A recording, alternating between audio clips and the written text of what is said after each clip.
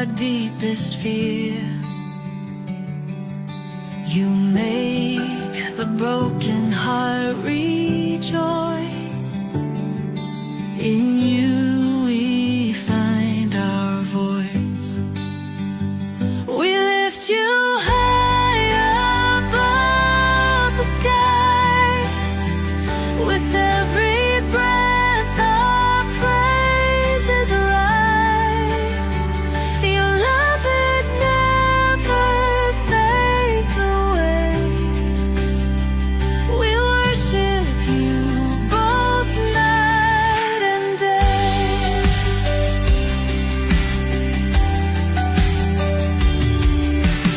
Chains are broken in your name.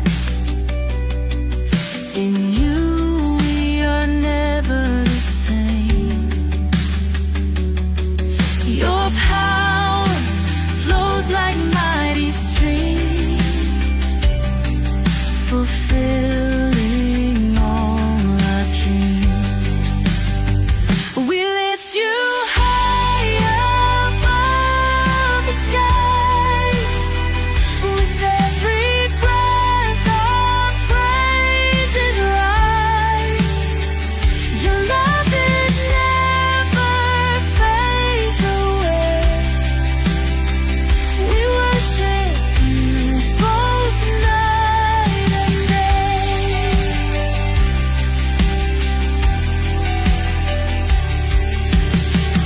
Your name is power, life, and peace. By your word our fears release. You are the hope that fills our soul. In you we find our goal. We lift you high above the skies. With every breath our praises rise. Your love, it never fades away. We worship you both night and day.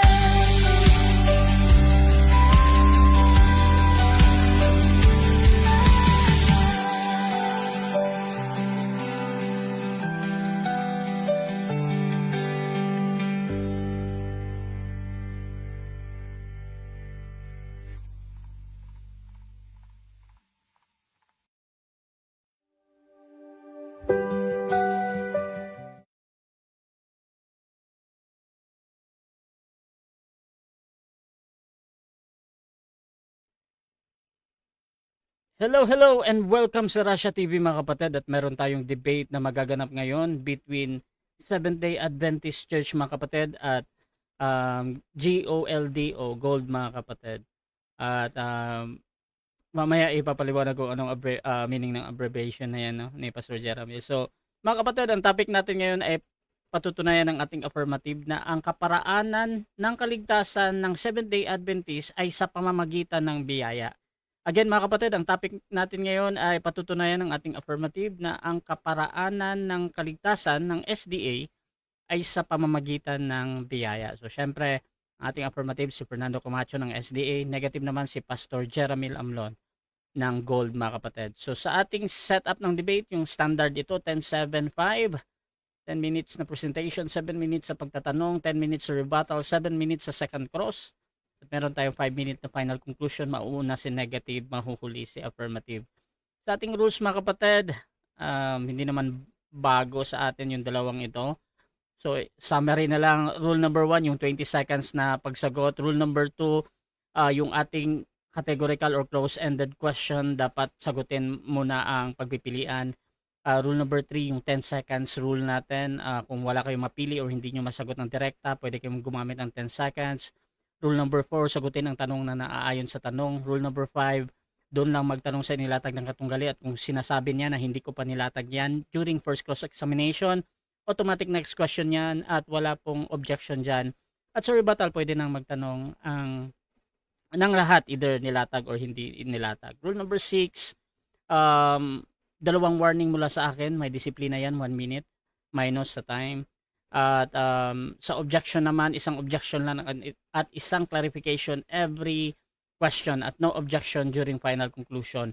Rule number 8, no insult mga kapatid sa physical na itsura, kasama din doon yung mga pagmumura na alam natin at labas doon gaya ng salitang kulto, sinungaling at etc. Pwede pa yan sa akin. Rule number 9, no challenge question. Ito yung mga tanong na kung mabasa ko. So, hindi po pwede yan. Rule number 10, para sa sensitive question or yung mga personal question, pwedeng itanggi ng tinatanong. At pwede rin sagutin syempre. Rule number 11, disconnection time limit, 7 minutes lang yung hihintayin ko. Rule number 12, meron akong special power na magtakda ng bagong rules mga kapatid na hindi ko sinabi kung ito lang naman ay kinakailangan. Rule number 13, yung liability disclaimer ko, wala akong kinalaman sa inyong mga stand, sa inyong mga pananaw, sa inyong paniniwala, at kayo yung mananagot sa inyong mga sinasabi mga kapatid or kung ano mang epekto ng debate na ito. By the way mga kapatid, ako nga pala si Rasha Vista, ako isang Katoliko at one of the member ng Templar of Truth. At ako yung tatayong moderator, streamer at timer sa debate na ito. Live tayo ngayon mga kapatid sa ating Facebook at i-upload ito sa YouTube channel. At by the way mga kapatid, ginagamit natin ngayon ang group call ng Debaters Convention na pinangungunahan ni Pastor Francis mga kapatid at si Brother Albert bilang admin din dito. So kasama yung house rule natin sa ating rules at sumasang-ayon ba ang ating affirmative sa lahat ng nabanggit?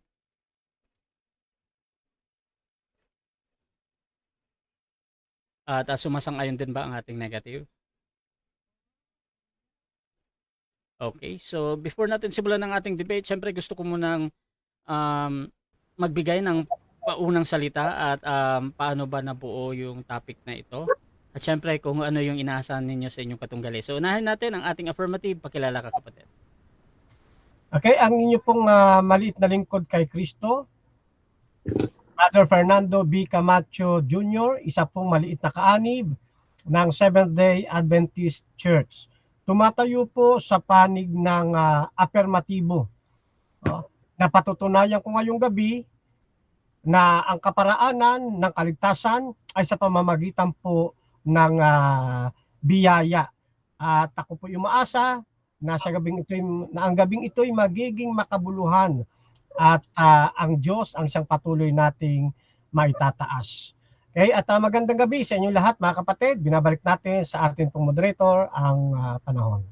Okay, at syempre yung ating tututol naman, napakilala ka kapatid.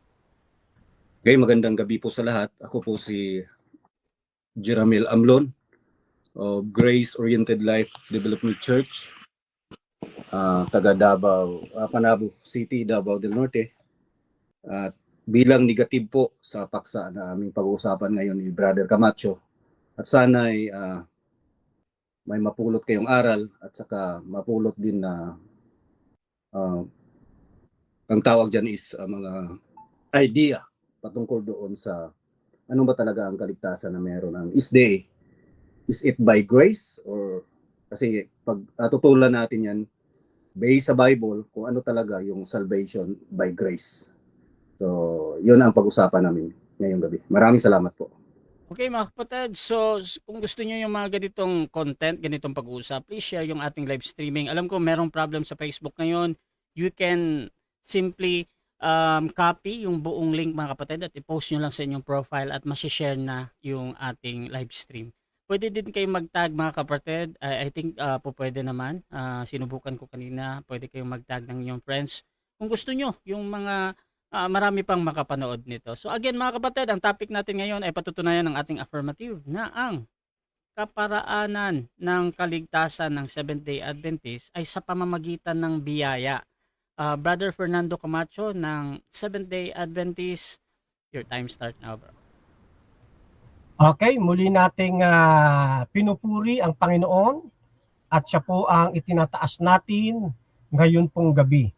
At sa mga neutral po, kayo po ay bahagi ng ating pong pag-aaral ngayon. Magandang gabi po sa inyo sa comment section at dyan po sa mga nakantabay ngayon. At sa mga kasama ko nandito sa loob ng aming platform, kay kapatid na Albert, kay kapatid na Pastor Valeriano, yan, at syempre sa ating napakahusay na moderator kay Rasha, no, kay Pastor Rosendo, kay kapatid na Ronaldo, at sa gwapong-gwapo nating katunggali ngayon bilang negative side si Pastor Jeramil, no?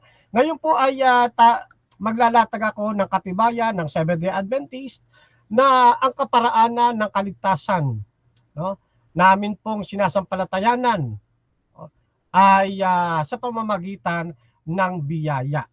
At nais ko pong itanim sa inyong isipan, mga kapatid, kapag ka ang tao ay wala pa kay Kristo, kapag ang tao wala pa kay Kristo, hindi pa kilala si Kristo, at siya ay naaaralan ng salita ng Diyos o natataluntun niya ang katotohanan sa panahon ng tinatawag na justification, ang kaparaanan ng kaligtasan ay sa pamamagitan po ng biyaya.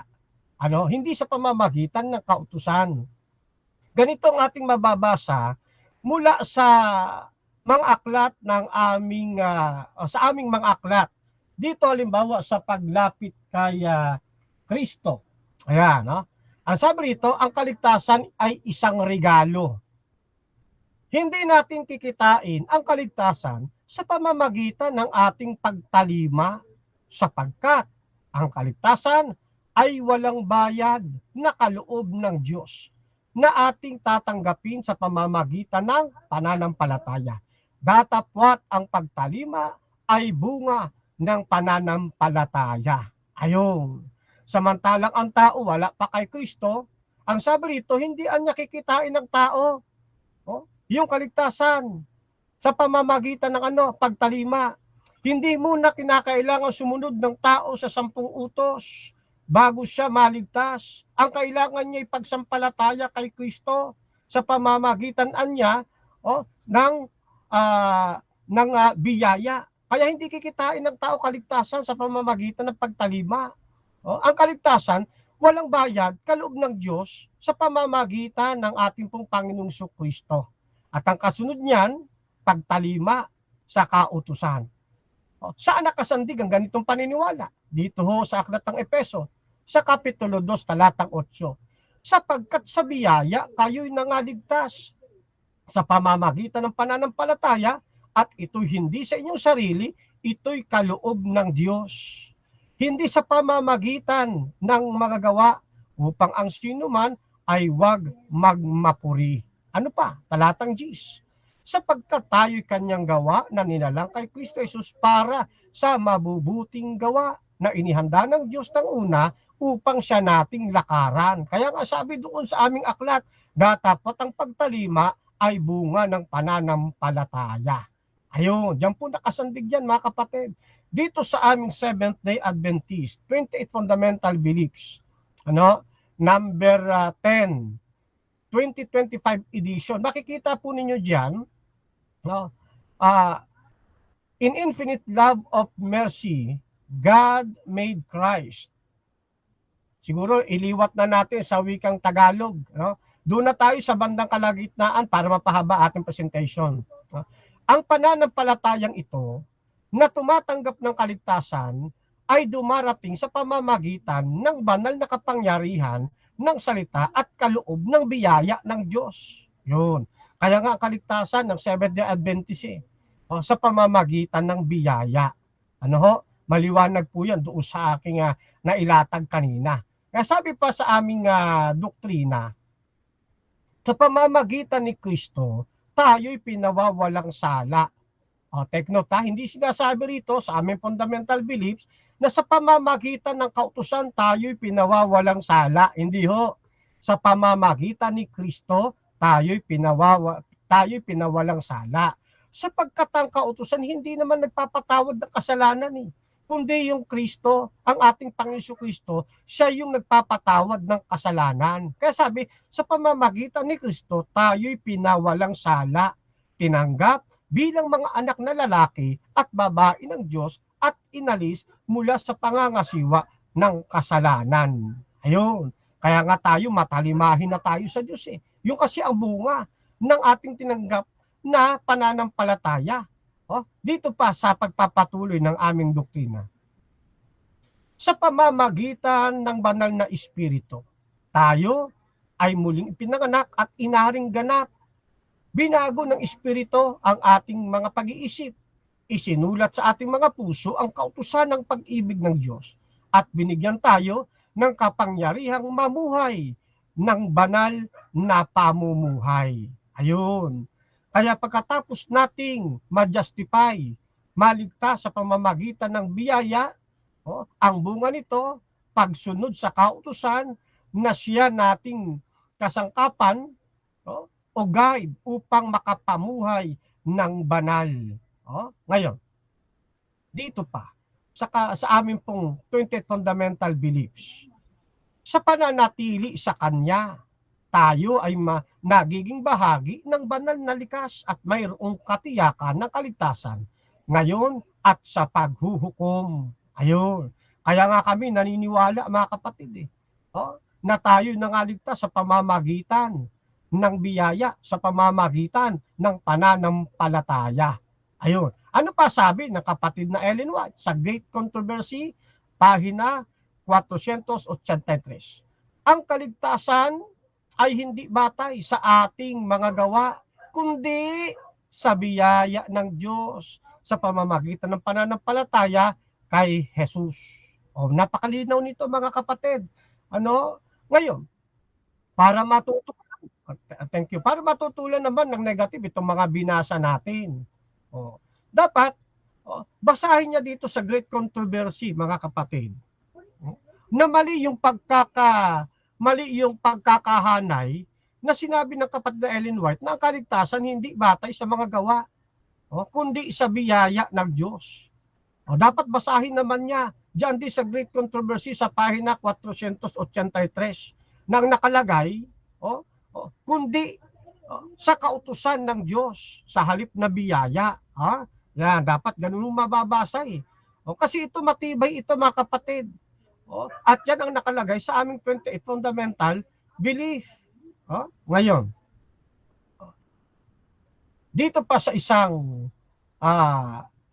sulat ng kapatid na Ellen White sa Great Controversy, ang Ebanghelyo ay ang mensahe ng kaligtasan na iniaalok ng Diyos sa lahat ng tao, hindi batay sa kanilang gawa, kundi sa biyaya ng Diyos. At ang pagtanggap nila kay Jesus bilang tagapagligtas. Yan ho ang aming ipinangangaral sa mga tao, mga kapatid. Ang primerong dapat maunawaan ng tao, yung paraan kung paano sila maliligtas samantalang sila'y wala pa sa pananampalataya. Habang ang tao ay wala sa pananampalataya at papasok pa lang sa pananampalataya, ang kailangan po niya ay biyaya, hindi kautusan. Ang kaligtasan sa pamamagitan ng biyaya. Yan. Ngayon, dito pa sa mission statement ng Seventh-day Adventist, sabi dito, gumawa ng mga alagad mula sa lahat ng dako, ipangaral ang walang hanggang ebanghelyo sa konteksto ng tatlong mensahe ng anghel sa Aklat ng Pahayag 14. Hikayatin ang mga tao na tanggapin si Jesucristo bilang kanilang personal na tagapagligtas. Salamat. So maliwanag, hindi pinapangaral na hikayatin ang mga tao na tanggapin ang kautusan bilang kanilang personal na tagapagligtas. Ano ipinangangaral? Hikayatin ang mga tao na tanggapin. Sino? Si Jesucristo, hindi ang kautusan. Bakit? Bilang kanilang personal na tagapagligtas at maging bahagi ng kanilang pamilya, ang iglesia, at ihanda sila para sa kanyang malapit na pagbabalik, mga kapatid. Yan ho ipinangangaral ng Seventh-day Adventist. Saan nakabase yung pangangaral ng Seventh-day Adventist na yan? Sa Pahayag 14 at sa iba pang mga talata, tulad halimbawa ng Juan 6:29. Ito ang ipinagagawa sa inyo ng Diyos, manalig kayo sa sinugo niya, tugon ni Jesus. Diyan po pinalalapit ng Seventh-day Adventist ang tao upang magtamo ng buhay na walang hanggan. Salamat po. Okay, so diyan nagtatapos mga kapatid ang unang pagpapahayag ng ating affirmative. Dako tayo sa unang pagtatanong ng ating negative. Pastor Jeramil ng Gold, your time start now bro. 7 minutes. Okay, maraming salamat Bro Russia. Unang tanong ko Bro Camacho. Lilinawin ko lang. Walang kinalaman ang pagsunod sa kautusan upang maligtas. Yes or no? Yes po, katulad ng akin pong mga nabasa, sa biyaya, tayo'y nangaligtas kapag ang tao'y wala pa kay Kristo at siya'y papasok sa pananampalataya sa termino o bahagi ng tinatawag na justification. Ang kailangan po niya ay biyaya, ay si Kristo sa pamamagitan ng Next question, biyaya. 20 seconds. Okay, next question. Kapag sinabi na hindi mahalaga ang pagsunod sa kautusan upang maligtas or hindi mahalaga ang kautusan para maligtas, SDA ba siya o hindi? Ano po, pakiulit po? Okay, tinawin ko. Kapag sinabi ng isang tao na kailangan ang pagsunod sa kautusan para sa kaligtasan, SDA ba siya? Yes, kung ang tutumbukin niya ay justification by justification. Sa justification, hindi mo kailangan ang pagsunod sa kautusan.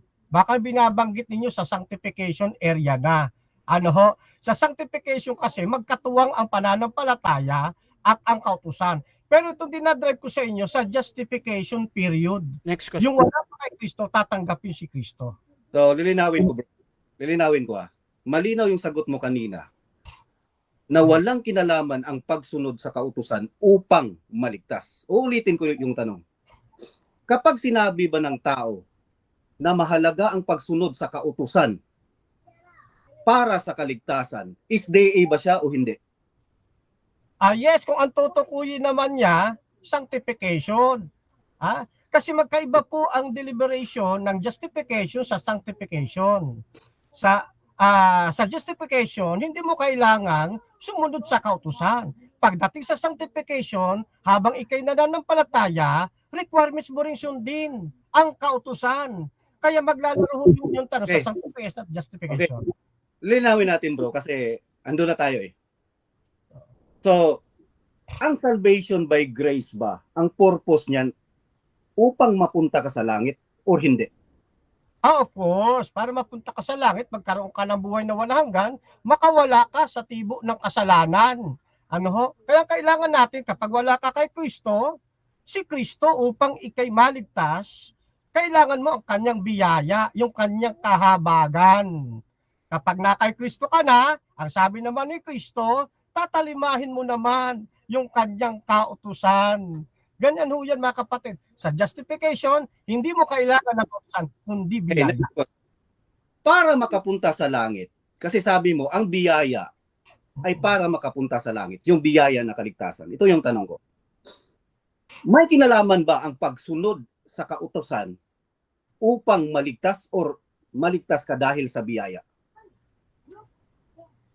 Sa justification, hindi mo kailangan ang kautusan.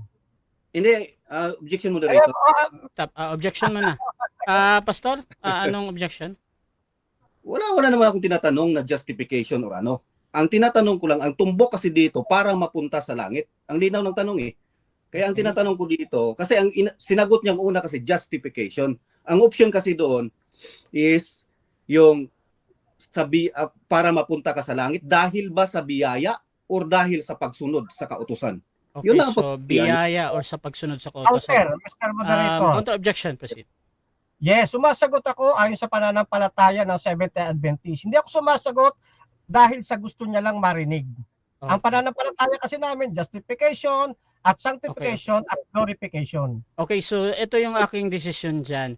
Actually, ang importante lang naman sa akin yung pagpipilian ng nagtatanong. Pero kung wala ka doon mapili, pwede kang gumamit ng 10 seconds. So, ang klaro daw pagpili dito, mapipilian yung pakiulit nga muna. Kasi ang tanong kasi doon bro, para mapunta sa langit, sinagot niya na kanina dahil sa biyaya. Ang pagpilian doon, dahil kaya ka mapunta sa langit dahil ba sa biyaya o sa pagsunod sa kautusan? biyaya or sa pagsunod sa kautusan. Yun ang papilian niya, dalawa Okay, lang. okay. Biyaya. Sa Sa biyaya. biyaya. Proceed, oh, 20 seconds.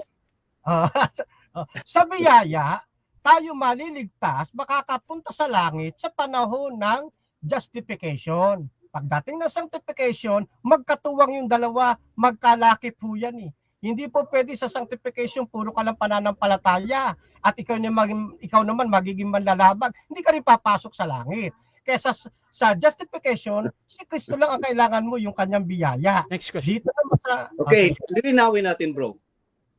Ang doktrina talaga ng ISDA para mapunta sa langit ay may biyaya at may pagsunod sa kautusan. Yes or no? Yes, kapag ang tao nasa panahon ng justification na kailangan niya biyaya. Sa panahon naman ng sanctification, kailangan magkatuwang ang kautusan at ang pananampalataya. Pero kahit na yan ay magkatuwang, yan pa rin ay nakabase sa ipagkakaloob na lakas ni Kristo. Biyaya pa rin ho yun. Ganun ho yan mga kapatid. Next question. Okay.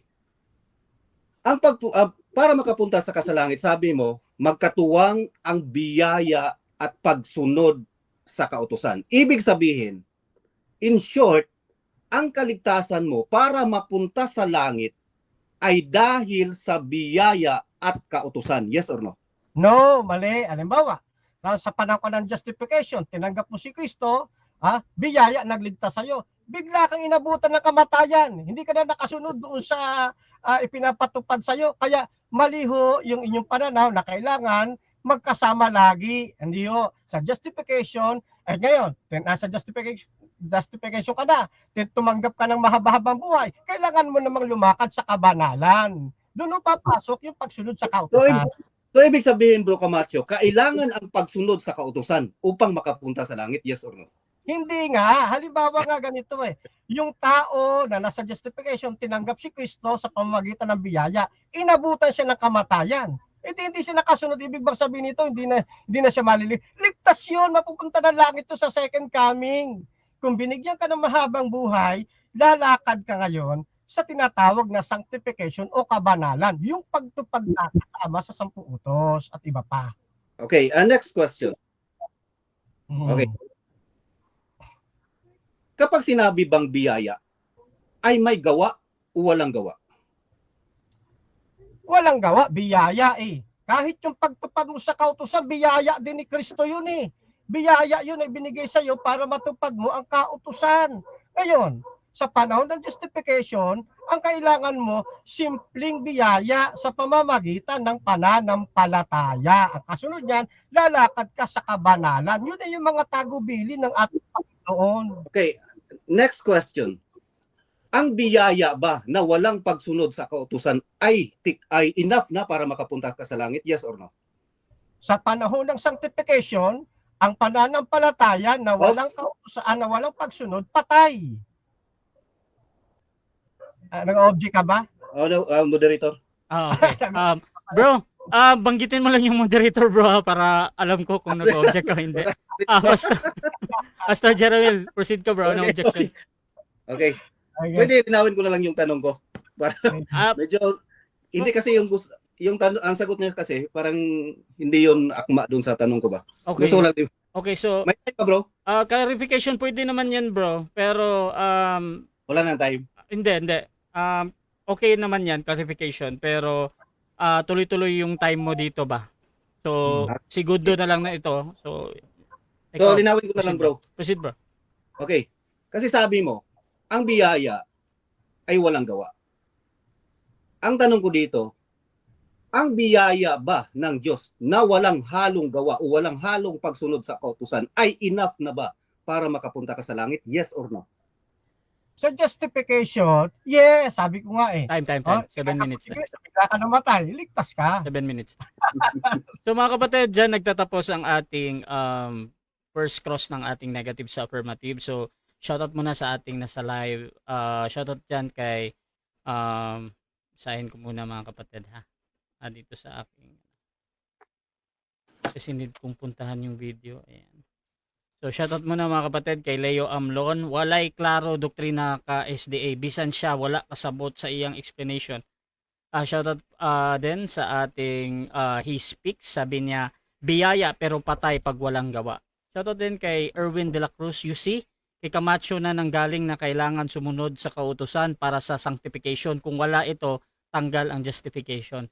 Shoutout din kay Leo Amlon. Bungkag na Pastor J. Shoutout din kay Avila Leonard, sang ayon sa maling unawa mo, you are entitled your own opinion, no problem. Shoutout din kay Fernan Abalos, ipaglaban ang katotohanan, grow Fernando Camacho Jr.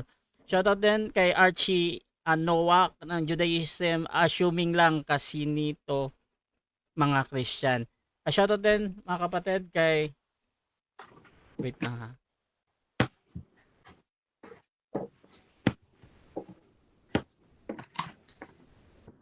Okay, dito tayo mga kapatid kay He Speaks at kay dito tayo sa ibang comment. Ayan, lumabas na. Mario Amlon, paano naging biyaya na sumunod ka na sa kautusan? Shoutout din kay sa taas, Avila Leonard, ang naligtas ba sa biyaya ay osas na agad tulad ng aral ng baptist? Maling unawa yan, bro. Shoutout din mga kapatid dito kay Benny Relampagos. Go Cap Fernando Camacho Jr. God bless. Shoutout din dito mga kapatid kay naglo-loading pa. Ayan. So mga kapatid, tuloy-tuloy tayo dito at negative presentation. Pastor, your time start now. Okay, magandang gabi po sa lahat. Nakita nyo, no?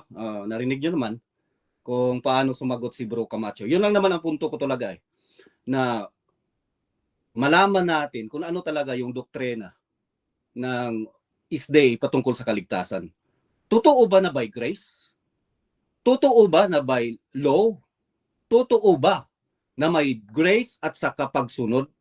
Okay? Yun ang pag-uusapan dito Kasi kapag ganun ang unawa mo sa biyaya, para sa akin at sa pag-unawa ko doon sa Biblia, that is not grace. Okay? I-define muna natin yung grace. Kasi marami ditong nakikinig Maraming isday dito na nakikinig ngayon at saka marami ding nagsusuri. Okay, ganito po yan. Pag sinabi kasi natin ng grace, from Greek word charis or charis, okay? Pag sinabi kasi natin na grace, that is unmerited favor. Ibig sabihin nun, binigyan tayo ng favor kahit hindi natin deserve. What supposed to be, yung deserve kasi natin is wrath. Ibig sabihin nun, napapunta talaga tayo sa hell dahil sa kasalanan natin. Makasalanan tayo Kaya kung babasahin mo ang Ephesians chapter 1 up to Ephesians chapter 2 verse 1 to 6, mababasa mo doon kung ano ang kalagayan ng isang tao noon nung makasalanan siya at paanong paraan iniligtas siya ng Diyos. Okay? Ngayon, malalaman natin, gusto ko talagang i-explain sa inyo What do you mean by grace? The definition of grace is unmerited favor. Biyaya ng Diyos, hindi natin deserve yan, pero binigyan tayo ng favor ng Diyos. Kasi ang deserve talaga sa atin is wrath. Ibig sabihin nun, supposed to be, ang destination talaga natin ay mapunta sa hell. But by His love, but by His mercy, siya yung judge. Pero ayaw niya tayong mapahamak because we all know that God is just. He is justice, even though He is love. But He is just, kaya kailangan talaga mapunish ng tao kung siya'y makasalanan. Therefore, because before we are sinners, we are dead unto sins because of trespasses, but we are now alive in Christ. By His grace, we are saved through faith. It is not of our works, it is the gift of God. Napakalinaw po yun, kaibigan. Ganito yun. Yung pag-unawa kasi sa biyaya, hindi lang doon sa salita lang. Nabasa mo lang kasi sinabi ng aral namin na by grace we are saved. But the meaning of that, what behind that, and what is the essence of that grace, ano ang nilalaman ng grace, yun ang dapat niyong malaman. Kasi ganito yan. In justification, it is all by the grace of God. Yan kasi hindi nila alam. Okay, titingnan natin yung verse. Okay? Ito yung sinabi. Okay, nawala yung copy ko. Okay, ganito na lang. By His grace, we are justified. Saan mabasa yan? Running time naman, okay? By His grace, ito. Tiningnan natin. Sa verse, ito yung sinabi. Romans 3:24, and all are justified freely by His grace through the redemption that came by Christ Jesus. Ibig sabihin nun, kahit sa justification, that is truly and Jesus Christ alone did on the cross for us para tayo maligtas. Yung justification kasi natin, naging malinis tayo, naging righteous tayo, hindi sa ating gawa. That is imputed righteousness from God na nasa atin ngayon, imputed, hindi imparted, imputed to us upang magkaroon tayo ng righteousness kasi tanggap lang tayo ng Diyos dahil sa kay Jesus Christ. So in short, ganito yan. Ipapaliwanag natin ng mabuti. Ang tao, wala siyang magawa para maligtas. Hindi niya kaya. Nalalaman natin sa sabi ng Biblia, walang come short from the glory of God. Walang nakaabot doon sa standard ng Diyos. Ano ang ginawa ng Diyos? Supposed to be yung tao mapunta sa hell. Mapunta sa yung deserved sa kanya kasi, yung wrath. Pero ang ginawa ng Diyos, ang binigay niya, yung kaligtasan. Kung sasabihin niya, tumalon ka. Kung sasabihan natin yung bata, talunin mo to para makuha mo. Hindi kaya ng tao yun. Ang ginawa ng Diyos, binigay niya. That is through Jesus Christ. Kasi hindi kaya ng tao. Hindi ma-earn ng tao yung salvation. Hindi nga niya kaya. Diyan papasok ngayon ang doctrine of grace. Bakit mo ipapasok yung kautusan? Hindi mo nga kaya maligtas by your works. Anong sinabi? Ang sabi kasi, ganito, nakuha ko na yung idea ni Bro Camacho eh. Ang gusto niya kasing palabasin, yung by grace, ay doon lang sa justification. Pero nung tinanong ko siya kanina, is it enough? Yun ang problema kasi kay Bro Camacho kanina. Is it enough that by grace, without obedience of the law, para mapunta ka sa langit? Without ha? Sabi niya, yes. Pero, double talk, ibalik niya doon tayo sa justification. Ang tanong ko kasi, enough ba para makapunta sa langit? Sabi niya, yes. Yun ang problema doon. Kapag confused ka kasi, magdudouble talk ka talaga. Hahanap ka ng ibang sasabihin. Ang sentro ng tanong ko kasi ganito lang eh. Para makapunta sa langit, ay enough ba ang grace of God? Yung biyaya para makapunta siya. Sabi na, yes, enough na. Tapos, lalagyan niya ng justification para medyo kung sa Bisaya pa kasi yan, malugaw. Kung ma-mix-mix ba? Ngayon, puntahan natin yung sanctification. Ito yung sinabi ni Bro Camacho kanina na sa sanctification, may works doon. Bro Camacho, ang alam mo lang kasi na sanctification ay ang tinatawag na experiential. This is the ay experiential sanctification. We all know that we have what's so-called positional sanctification. Hebrews 10:10. Hebrews 10:10. We are sanctified through the offering of the body of Jesus Christ once and for all. Ngayon, laliman natin kasi may mga pastor dito sa loob eh. Yang sinabi na once and for all, ang sinabi dyan is perpetual or perpetuity. Ibig sabihin yan, palagi, always, walang hanggang pagpatawad ng Diyos. That is perpetual, once and perpetuity, once and for all. That is positional sanctification. Kasi bro, kahit ang taga-Korinto, tinawag silang saints. Tinawag silang saints, meaning they are sanctified. Meaning kasi ng sanctification is to set apart iniba ka doon sa mga hindi holy. But that sanctification is a process. Sa experiential, sa pamumuhay natin. But walang kinalaman yan doon sa kapag nagkamali, hindi na ligtas, bukas, ligtas na naman, pagkasunod na araw, hindi na naman ligtas. Walang ganon. Ang positional sanctification kasi, that is our position in Christ being saved. The same things as we are also justified. Because when we are justified, we are righteous in the sight of God because of the righteousness of God. When we are saved also, we are sanctified in the eyes of God because also of Jesus Christ. Hindi nyo kasi alam ang positional sanctification eh. By this is meant a position of being set apart by God. Is this those an objective work of God? Okay? A justification does not mean that the believer is necessary. Okay, ganito. He is saved because of his having been set apart by being placed in Christ Jesus. Because may Kristo na tayo eh. We are in Christ, through Christ, in Christ. Kung titingnan mo, kung babasahin mo bro, ang doctrine ng grace, nakasintro tayo doon sa krus ni Kristo eh. Not of us, not any amount of works from us. Otherwise, kapag may works yan bro, hindi na yan grace. Mapunta tayo sa langit, is it because of the work of Jesus Christ on the cross in order for us to be saved. Wave ko na yung oras bro Rasha. I'm ready for the question. Maraming salamat. So dyan nagtatapos mga kapatid ang unang presentasyon ng ating negative.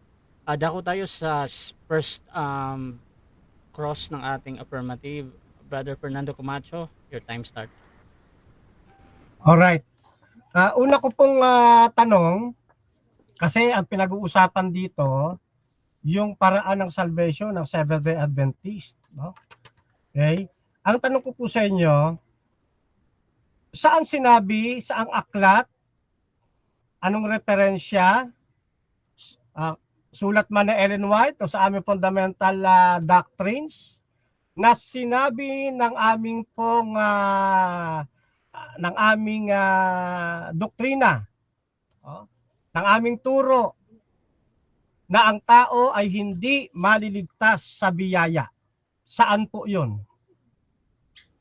Walang litra por litra na gano'n ano. Pero mauunawaan mo. Kasi yung tanong mo kasi, hindi maliligtas sa biyaya. Yun ang tanong mo. Pero dito sa SDA Fundamental Beliefs, number 19, The Law of God, page 267, obedience to the law as the rule of life is vital to our salvation. Okay. So, next question. Dahil wala kang mabasa sa aming lathalain na ang tao ay hindi maliligtas sa biyaya, ang tanong kong panigunda ay ito. Okay. Saan mo naman mababasa sa aming lathalain na ang paniniwala ng kaligtasan ng Seventh-day Adventist ay sa pamamagitan ng kautusan lamang? Saan po yun? Okay.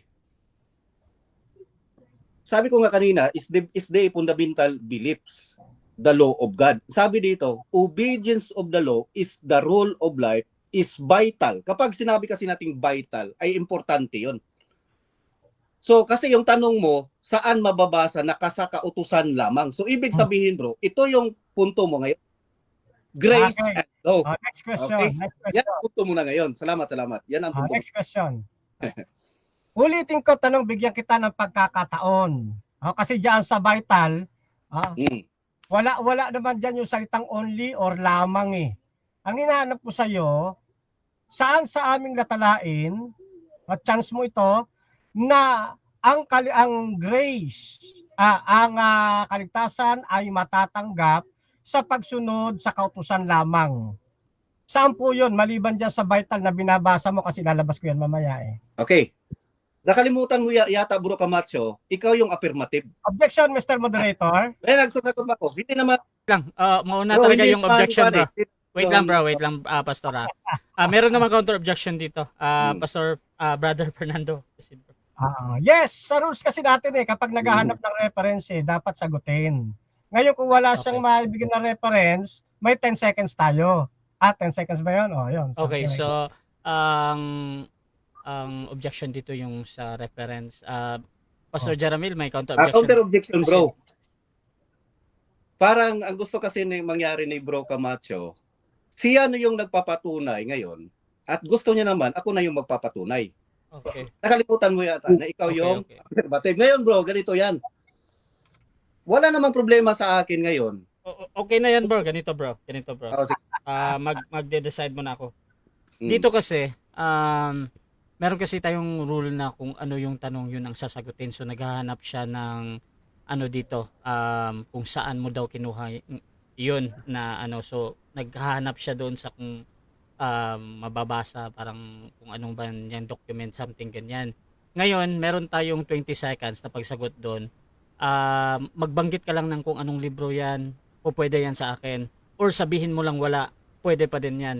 Pero pag hindi mo masagot ng direkta, pwede kang gumamit ng 10 seconds. Ngayon, gagamitin mo ba yung 20 seconds mo? 20 seconds bro. Okay, so ganito, wait lang bro ha. So, Brother Fernando Camacho, hintayin mo yung 20 seconds niya. At pwede kang mag-object pag wala siyang binanggit ng kahit anuman. Proceed ka, Brother Jaramil, saan mo daw kinuha yan? Ganito bro, dito hindi lang ako alis dito. Is vital to our salvation. Kapag ibig sabihin niyan, kapag importante yan, yan talaga yung importante para maligtas ka.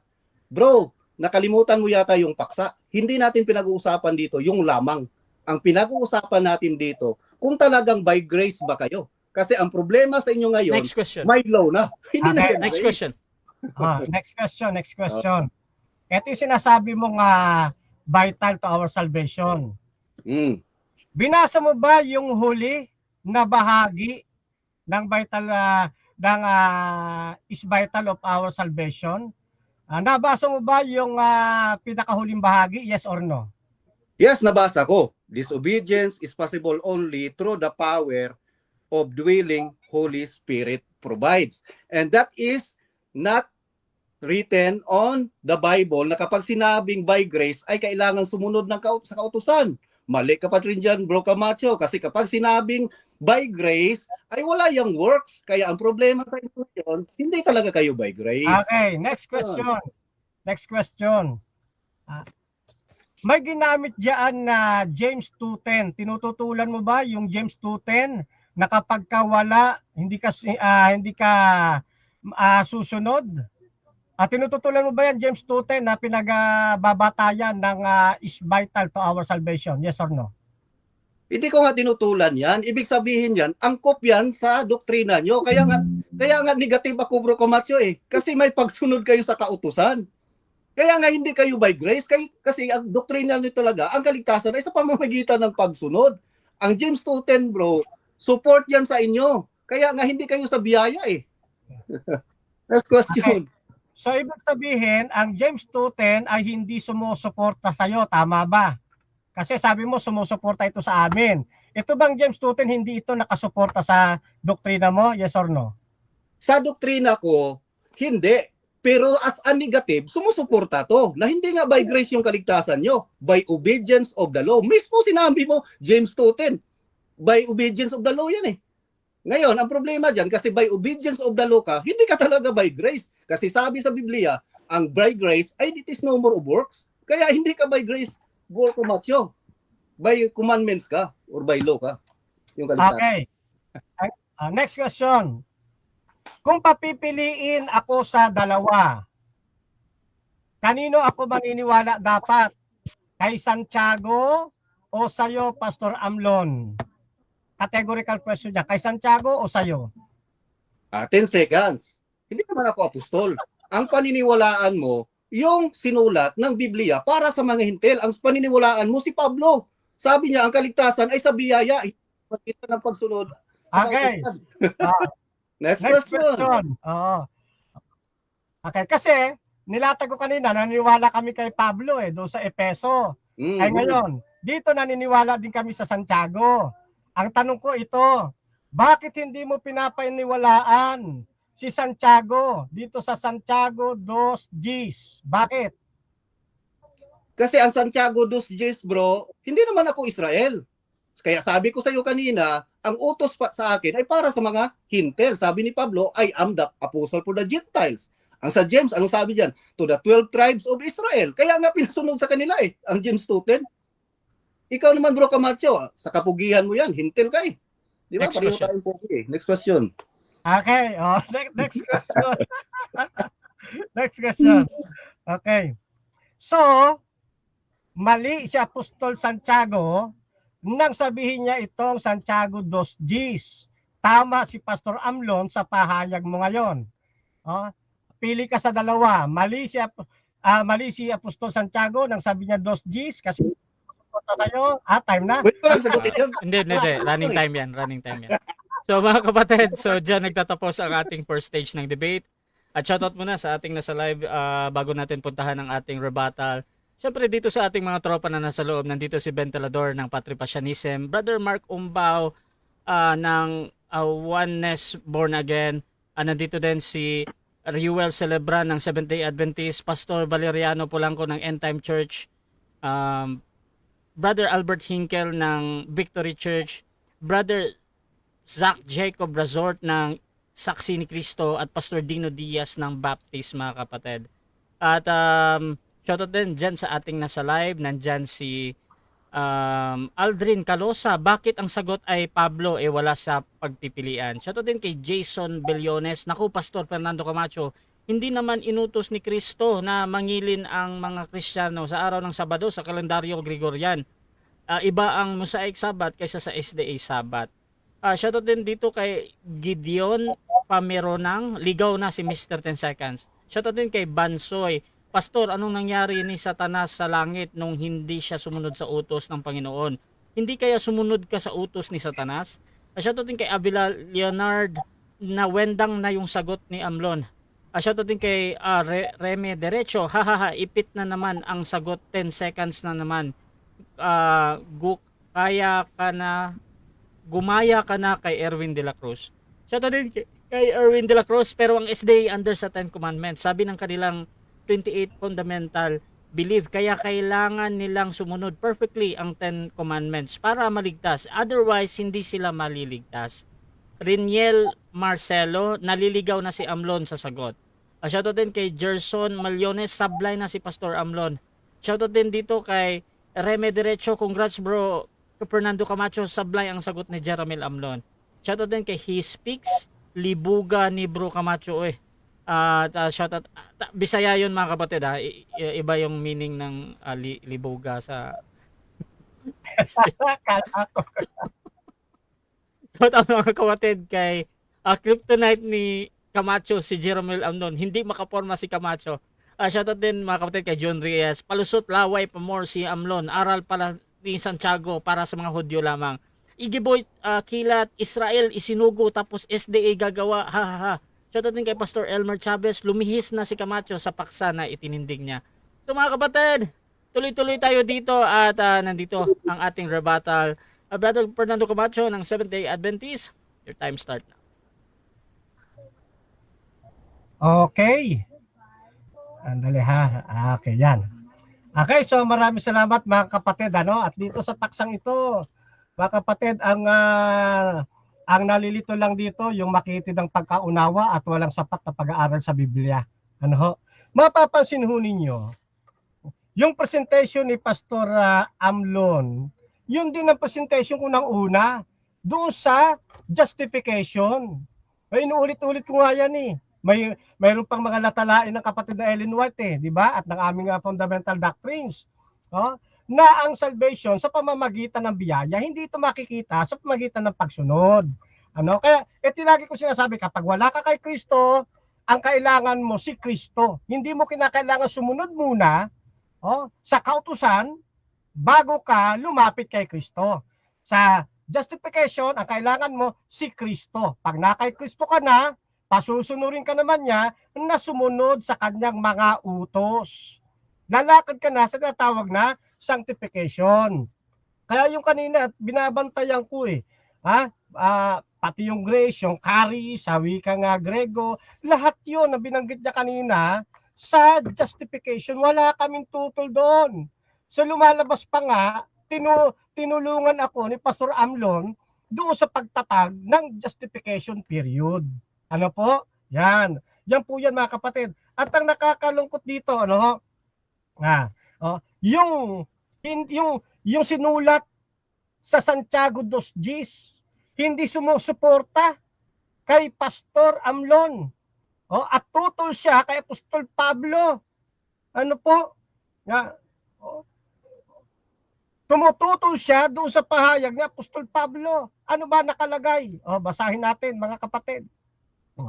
Sapagkat sino mang gumaganap ng buong kautusan at gayon may tumitisod sa isa, nagiging makasalanan sa lahat. At sa iba pang bahagi niyan mga kapatid, ang pananampalataya at ang kautusan gumagawang magkalakip. Saang parte na yan? Dito na yan sa sanctification. Wala na yan sa justification. Justification period. At mali yung iniisip ng kapatid ng negative, na pagdating mo sa sanctification, wala na ang justification. Mali, walang ganun doktrina ng Adventist. Doon sa sanctification, pagkatapos mo rin, lalakad ka sa kabanalan, tawag dyan justification. Pero hindi pa rin nawawala dyan ang justification.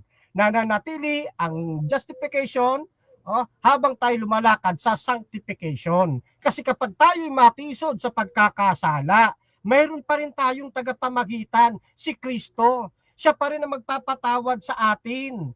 Yan ho yun. Pagdating sa sanctification, kasama pa rin justification dyan. Kaya mali yung paniniwala niya. Ngayon, double talk daw tayo. Hindi tayo double talk. Inilalagay lang natin sa ayos yung kanyang mga tanong. Kasi, mapapansin ninyo, yung kanyang tanong, medyo, walang fix talon dito. Inilalagay natin sa ayos. Na yung tanong niya para dito sa sanctification, yung tanong niya para dito sa justification. Ganun po yan. At walang doktrinang Seventh-day Adventist. Kapag naligtas ka ngayon through justification, nakalabag ka, nalabag mo, hindi ka nakapangilin ng sabat, mawawala nga yung kaligtasan mo. Tapos pag sumunod ka ulit, halimbawa, bukas, ligtas ka na naman, makalabag ka, bukas hindi ka na naman. Walang ganong doktrinang Seventh-day Adventist. Kaya makikita niyo mga kapatid, yung mga hindi nag-aral sa doktrina ng Seventh-day Adventist, ganyan na pinagsasabi. Walang sapat na impormasyon. Puro kwentong barbero. Gawa-gawang kwento lang na wala naman talaga sa turo ng Seventh-day Adventist. Take note wala kaming turo. Pag tinanggap mo si Kristo ngayon, by grace, tapos hindi ka nakasunod, mawawala sa kaligtasan. Tapos pag sinunod mo na naman, ligtas ka na naman. Pag nalabag mo na naman, hindi ka na naman ligtas. Walang ganyan doktrina Seventh-day Adventist. Chismis lang yan. Alam nyo, promotor ng ganyang paninira, si Satanas, 8:44 ng Juan. Yan ang gawain ni Satanas Yan ang gawain ni Satanas. Kaya nga sa amin doktrina, napakalinaw ngayon, dito. Yung kanina niya pa niyang pinagmamalaki. Yan yung it reveals God for humanity. Is a vital to our salvation, yung nakalagay, Totoo to. Yung pagsunod sa kautusan, mahalaga. Pag sinabi vital, mahalaga. Mahalaga po yan. Bakit? Kung puro ka pananampalataya, puro ka faith, tapos lumalabag ka naman. Ayun siya sabi ni Santiago, ang pananampalatayang walang gawa, patay sa kanyang sarili. O kung paano katawa, walang, walang espiritu, gayon din pananampalataya na walang pagsunod, patay din. Kaya mahalaga po yan sa ating salvation pagdating dito sa ikalawang yugto sa sanctification and justification period. Una justification. Tapos mo sa justification, pupunta ka sa sanctification na hindi nawawala ang justification. Kaya sabi ko sa bandang huli, ano sabi? Disobedience is possible only. Disobedience is possible only. Huwag nyo kaligtaan yung only. only through the power of indwelling Holy Spirit provides. O, yan po yan. O, ang pagsunod na ito ay posible lamang sa pamamagitan ng kapangyarihang ibinigay ng nananahang banal na Espiritu. O, yan po yan ang doktrina ng Seventh-day Adventist. O, kaya maraming mga tao, set ng aming doktrina, hindi naman kaya talaga ipaliwanag. Ha? O, ganyan po yan eh. O ngayon, ito sabi, 2 Timoteo 3:5, na may anyo na kabanalan dapat tinatanggihan ang kapangyarihan nito. Lumayo ka rin naman sa mga ito. Sapagkat ang tunay na nasa Ebanghelyo, mga kapatid, pinagtitibay ang kautusan, pinahahalagahan ng kautusan. Pagdating dito sa diwa ng sanctification, nakasama ang justification upang marating nating sama-sama ang tinatawag na glorification. Ano po? Yan ho yan, mga kapatid. Ngayon, ano sabi ng isa pa naming latalain? Eto ha. Nakikita ba yan sa screen? God requires obedience to His law. Totoo yan eh. But Satan, ever since his fall, has been working against this law. Bakit nare-required ng Panginoon na sundin natin kausan? Gusto ng Panginoon na tayo lumakad sa kabanalan. Ayaw ng Panginoon pagkatapos manampalataya, lalabag ka sa mga nakatadhana ng kautusan. Pero si Satanas, wala nang siya itapon, tutol talaga siya rito. At maraming mga pastor kakampi ni Satanas. Ano pa sabi? Dito sa Advent Review, today, Satan influence is great and it is his special work to make avoid the law of God. Maliwanag. Bakit ko tinatanong kanina, may mababasa ba siya sa aming lathalain? Nasa kautusan lamang maliligtas ang tao. Bakit?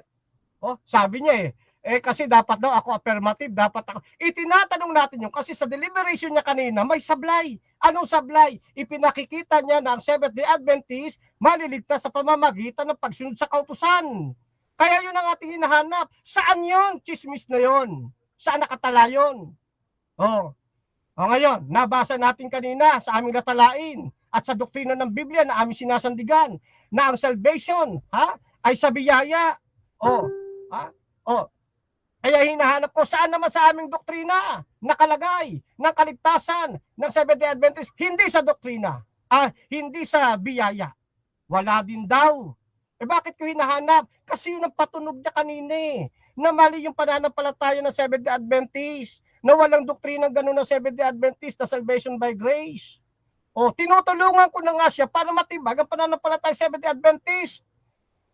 Wala pa rin siyang nabasa. Kita nyo na, mga kapatid. Kaya, malabo, napakalabo, mga kapatid, napakalabo. Hindi ho nakatindig, hindi rin nakatibag.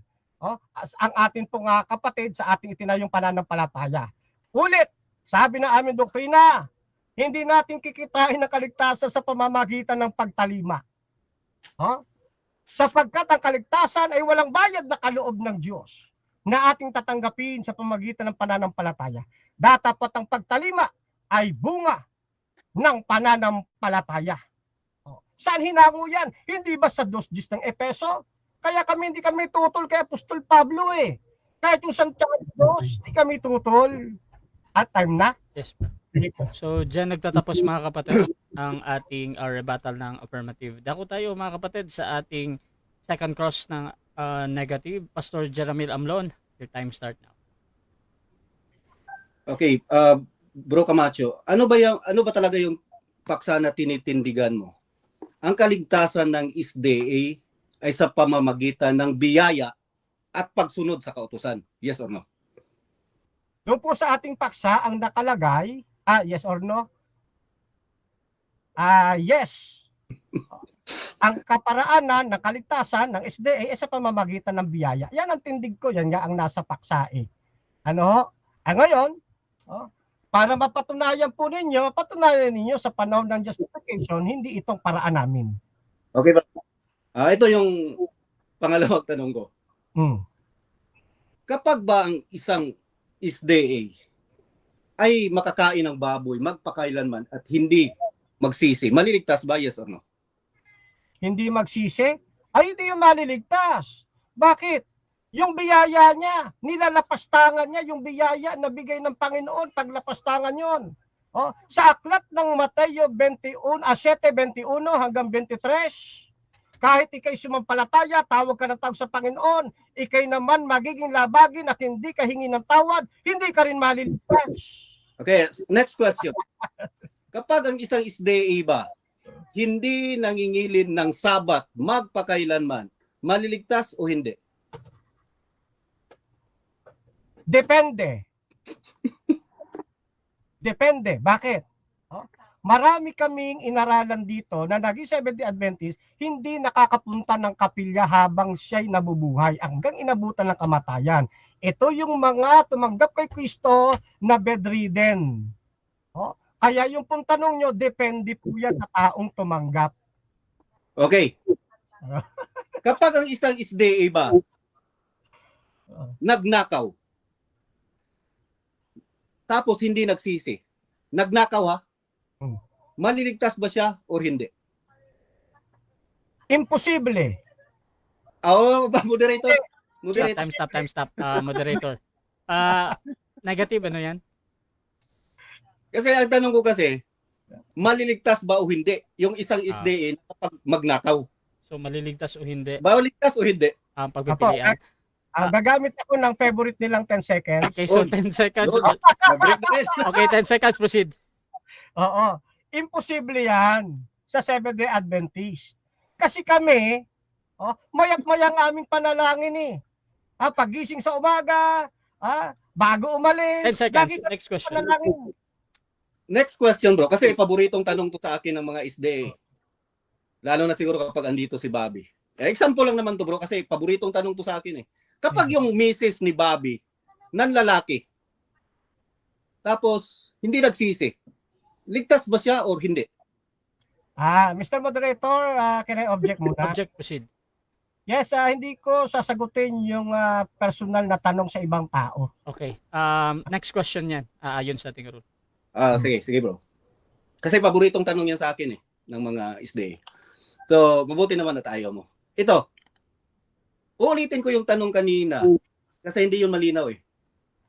Kapag ang SDA ba nakakain ng baboy, hindi nakapagsisi, maliligtas o hindi? Maliligtas kung ang kanyang pagkain ay hindi dala ng hindi pagkasadya. Pero kung ito'y sasadyay niya, tapos kada panalangin, hindi niya ito hingi ng tawad, ang Diyos po, sa Diyos po siya mananagot. Hindi ko masasagot po yan kung siya'y ligtas o hindi sa perspective ng ating Panginoong Diyos. Okay, next question bro. Kapag ang isang SDA ba nakapatay, hindi nagsisi, ligtas ba o hindi? Tulad doon ng aking sagot, Diyos po ang siyang hahatol sa kanila. Kami po ay hindi itinalaga bilang mga hukom sa lupang ito. Pero kung halimbawa, siya'y mamamatay tao at hindi siya talaga naaawat dito. Abay sabi ng Biblia yun, walang mamamatay tao na aakyat sa langit. Iba yung nakapatay at mamamatay tao. Okay. Wala Wala makapunta na mamamatay tao sa langit. Ngayon, balik tayo doon sa paksa. Kapag sinabi ba na naligtas sa biyaya, sabi mo kanina ay walang gawa yun. Ulitin ko yung tanong para sa clarification ng mga SDA na andito ngayon. Totoo ba na ang biyaya ng Diyos ay enough para makapunta ka sa langit? Yes or no? Yes! And 100% mga kapatid. Enough ang biyaya ng Diyos para makapunta sa langit, lalo na sa panahon ng justification. At habang ikay lumalakad sa sanctification, ang justification hindi pa rin nawawala. Meron ka nga lang ditong pagpapakabanal na ginagawa sa justification na kasama ang sa sanctification na kasama ang justification. Dito mo na kailangan tumupan sa kautusan. Okay bro. Kasi yung biyaya ay walang kasamang gawa o pagsunod sa kautusan. walang kinalaman, ay enough na ba yon para makapunta ka sa langit? Yes or no? Yes, sa panahon po ng justification, enough po yun. Ano? Enough yun.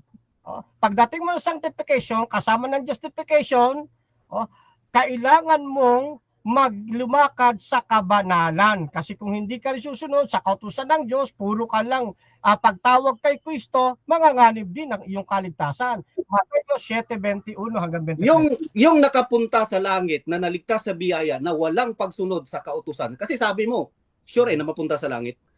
Yun ba sila ay justified na at sanctified? Yung nakapunta sa langit na walang pagsunod sa kautusan, naligtas lang sila dahil sa biyaya. Ang walang pagsunod sa kautusan nakapunta sa langit, yung nasa kanan ni Kristo. Yung inabutan ng kamatayan, naligtas sila sa pamamagitan ng biyaya. Wala na siyang kakayahan na sumunod pa sa mga eksistidong batas. Ay sa langit po yun, mga kapatid. So ibig sabihin, kailangan talaga, kapag biyaya, ay kailangan talaga ang pagsunod sa kautusan para maligtas, yes or no? No, lalo dito sa panahon ng justification, hindi mo kailangan dito sumunod muna o baguhin muna buhay mo bago ka sumampalataya. Kailangan mo dito si Kristo yung kanyang biyaya. Pagkaraan dito, lalakad ka sa kabanalan, hindi ka magiging malabagin sa kautusan. Kasi nga, sa sanctification na ang iyong paglakad o kasama mo ang justification. Okay. Next question. Ikaw ba, Bro Camacho, kung mapunta ka sa langit, dahil ba yun sa nakasunod ka sa kautusan o dahil sa biyaya? Dahil po sa biyaya at sa tulong ng ating Panginoong Kristo. Yan po yan. Sumusunod ako sa kautusan, not in my 7 mind, minutes time. but through Christ. Okay, so dyan nagtatapos mga kapatid ang ating second cross ng negative. Dako tayo sa rebuttal ng ating negative. Pero bago yan, shoutout muna sa ating nasa live mga kapatid. Nandyan si He Speaks. Sabi niya may utos bang sinusunod ang grace? Shoutout din kay Erwin de la Cruz. Nangangatog na ang boses ni Camacho. Durog na durog sa debate na ito. Shoutout din kay Gideon Pamerong. Gusto ni Amlon yung nag-aagaw ng asawa ay ligtas. Abay, kakaiba din ang osas. Shoutout din kay Reme Diretso. Tama ulit yung sagot ni Fernando Camacho. Congrats sa magandang sagot mo. Sana matuto na tong mga osas. Shoutout din kay Eric's TV Vlog, Good daw, Matt Core, Banat Bro Camacho. Shoutout din kay Jason Billones. Naipit na si Camacho sa tanong. Shoutout din dito kay Erwin de la Cruz. Yes, pero sa justification lang pala. Pero sa sanctification, tanggal ang grace, kaya tanggal ang kaligtasan. Therefore, salvation by works of the law. Shoutout kay Reme Diretso. Gusto kasi ni Amlon, kahit lumabag ka sa kautusan, ligtas pa rin sila. Naku, sablay yan. At shoutout din kay Bansoy. To the law and to the testimony, if they speak not according to this word, it is because there is no light in them. Galit talaga ang mga kampo ni Satanas sa utos ng Diyos. Shoutout din kay Gideon mga kapatid. At ligaw na si Mr. 10 Seconds. Abila Leonard, sabi niya nawendang na yung sagot ni Amlon. Dito din tayo mga kapatid kay Riniel Marcelo. Binigyan ka na nga ng biyaya pero suwail ka naman. So mga kapatid, tuloy-tuloy tayo dito at bibigyan ko ng 10 minutes sa rebuttal ang ating negative. Pastor Jeramil Amlon, your time start now. Kay magandang gabi mga kaibigan. Nakita nyo. Kasi kanina, yung explanation ko kanina, in-explain ko sa inyo lahat. Ano ang ibig sabihin ng grace? Kapag sinabi kasi na grace, favor yun sa atin kasi hindi natin kaya. Paano ba maligtas ang tao na hindi niya nga kaya eh? Iniligtas ka ng Diyos dahil sa awa niya, dahil sa biyaya niya, dahil sa pagmamahal niya sa'yo. Favor yun sa'yo dahil hindi mo kaya. Yun ang punto doon eh. Kaya nga biyaya yung kaligtasan kasi hindi mo kaya. Walang nakaabot doon sa standard ng Diyos. Yung glory ng Diyos. Lahat nag-fall short. Kaya ang ginawa ng Diyos, pinadala ang kanyang anak upang tayo ay magkaroon ng kaligtasan.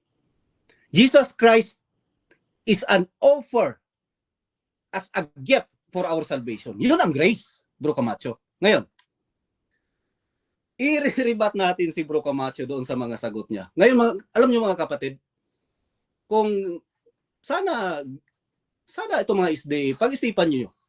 Kasi ako, sa totoo lang ang debate na ito ay hindi lang about puntusan. Or baka sakali ako, mapuntusan man or ano. Alam niyo, naawa ako sa inyo. Kasi lantad kayo that you are confused about grace at you don't even understand what is grace. Sa sagot niya kanina doon sa simula pa lang, sabi niya,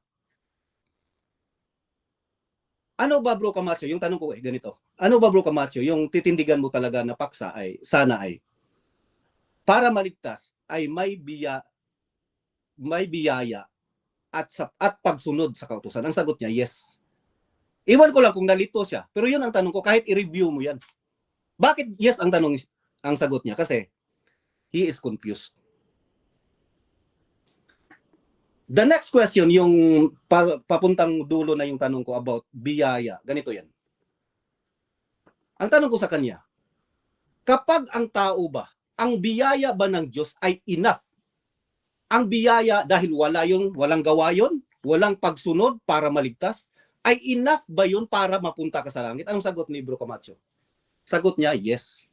Pero anong sa sunod niya na sagot? Ang sunod niya sa sagot ay bumalik siya doon sa justification. Bro Camacho, ang pinag-uusapan dito bro, para mapunta ka sa langit, ay enough ang biyaya ng Diyos. Saan mo ipapasok doon ang gawa? Mapunta ka na sa langit Kaya hindi mo matibag yung kanina, yung sinabi ko about positional sanctification. That is our position in Christ when we are saved. Alam nyo, sayang munti ka na sana. You are missing the mark. Kumbaga sa bullseye pa yan, naglalaro ba kayo ng dart? Kung nasa gitna yung grace, hindi nyo talaga matamaan Kasi nakakabit pa rin kayo doon sa kautusan. Ang totoo naman pala talaga, kailangan yung sumunod para maligtas. Di ba? Alam nyo, hindi yata na realize siguro hindi napaghandaan ni Camacho tong debate na to or hindi niya napaghandaan yung tanong doon. Yung magnanakaw ba ligtas? Yung hindi nagkikip nagsabat ligtas ba or hindi? Yung kumakain ng baboy, ligtas ba o hindi? Anong sagot niya? May ligtas, mayroong hindi, mayroong pwede, mayroong I don't know. Mga kaibigan, that is confusion. Napaka-confused po talaga. Confusing. Kaya nga, kampante ako sa paksa na ito. Alam nyo bakit? Kampante ako. Kasi, if you are truly saved by grace, alam mo, ang dahilan para mapunta ka sa langit, it is all by the virtue of the grace of God lang talaga, mga kapatid. Sayang naman Dito na tayo sa biyaya. Bakit pa tayo atras doon sa kautusan? Bakit pa tayo babalik doon? Andito na, biyaya. Yung hindi mo kayang masunod para ikaw ay maligtas, andito na. May Kristo na gumawa upang tayo ay maligtas, namatay siya sa cross upang tayo ay maligtas. Bakit pa kailangan mo pang yung kautusan, Bro Camacho? Bakit mo isiksik yung kautusan doon sa sanctification para maligtas? Ano yun? Kaya kanina, doon sa tanong niya, natawang ako Dumidikit lang na lamang doon siya sa mga lamang, biyaya lamang. Siya naman yung affirmative. nakalimutan niya yata na siya yung affirmative. Patunayan mo na by grace ka. Kasi, tutulan ko yan based sa unawa ko sa Biblia at saka biblical truth about grace. Diyan ako tututol. At mismo, may isang hinawakan lang ako Actually, kung si Bro Erwin de la Cruz, ang daming ilalatag nun. Kasi dating SDA yun Alam na alam niya yung investigative judgment. Pero ako, sasabihin ko kay Camacho ngayon, yung pag-oppose ko sa doctrine nyo about na saved by grace kayo, ang pag-oppose ko ay doon sa sinabi ng Biblia na nauunawaan ko about salvation by grace. Kasi when we say grace, it is no more of works. Ano ba yan? Atras abante? Kapag sinabi raw na grace, walang pagsunod. Kapag sinabi raw na grace, ay enough yan para mapunta ka sa langit. Pero ang problema doon, bumalik, umatras sa justification. Enough na nga mapunta sa langit. Na-realize mo ba yung naku naman. So mga kapatid, wala naman tayong maipagmayabang. It is all by the virtue of the grace of God. Ako lang naman dito ay, I'm not eloquent. Hirap na hirap nga ako magtagalog kasi Bisaya ako. But I'm here in front of you. Sinasabi ko sa inyo, mga kapatid, na itong mga kaibigan nating isday, sana mamulat. Sana mamulat. Kasi marami tayong mga kaibigan na mga nanonood dito that they are still confused about what is really grace. Bakit nangyari yan? Bakit maiwala yung kaligtasan? Bakit kailangan ang pagsunod? Kung si Kristo na siyang biyaya para marigtas tayo, bakit mawala yung kaligtasan nyo? Or bakit kailangan nyo pang sundin yung kautusan? Naku naman mga kapatid. Kaya dito mga kaibigan, in short, kaya tutol ako sa paksa na ito na ang SDA ay ligtas sa pamamagitan ng biyaya. No! Hindi. Based sa unawa ko sa Biblia, based sa sinabi ng Biblia, na kapag biyaya, lahat yan, freely yan, bigay yan galing sa Diyos. We are justified freely. Kapag sinabing freely, libre. By His grace.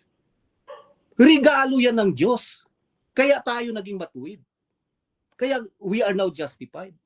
Kahit sa sanctification, positionally, we are sanctified because of Christ. Positionally. Kaya enough na Ang problema kasi ni Bro Camacho, sabi nga enough na Kapag sa biyaya, tayo ay naligtas, bakit mo palituhin yung sarili mo? Na enough na nga yung ginawa ni Christ or yung biyaya para makapunta ka sa langit. Enough na yun na walang pagsunod. Yes, pero kailangan pala raw sumunod na naman. Nakita niyo mga kapatid kanina, tinanong ko, paano kung makakain ng baboy? Maligtas ba? Hindi raw. Paano kung hindi mangingili ng sabat? Maliligtas ba?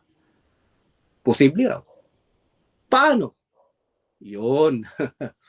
Mga kaibigan, sana namulat ang mga kaibigan nating. Dahil napaka-importanting paksa ito When we say salvation by grace, it is not by our works. It is the work of Jesus Christ. It is the finished work of Christ on the cross in order for us to be saved. Kaya mga kaibigan, wag kayong magkuhan kung nag-10 seconds ako. So, napa-10 seconds na din natin si Bro Camacho. So, dalawa kami, idol na namin ngayon si Bro Erwin. So, mga kapatid, maraming salamat at I'm ready for the question. Okay. So, dyan nagtatapos ang rebuttal ng ating negative Pastor Jeramil. Dako tayo sa second cross ng ating affirmative. Brother Fernando Camacho, your time start now. Okay.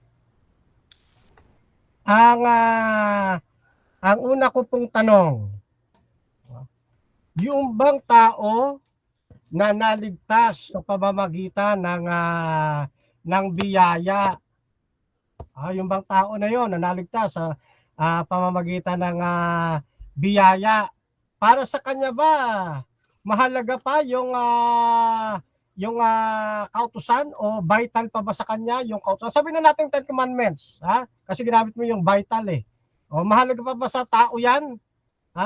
Yung tumanggap ng biyaya, mahalaga pa ba sa kanya? Yes or no? Hindi siya mahalaga. In fact, patay na siya doon sa kautusan. Romans chapter 7 verse 4.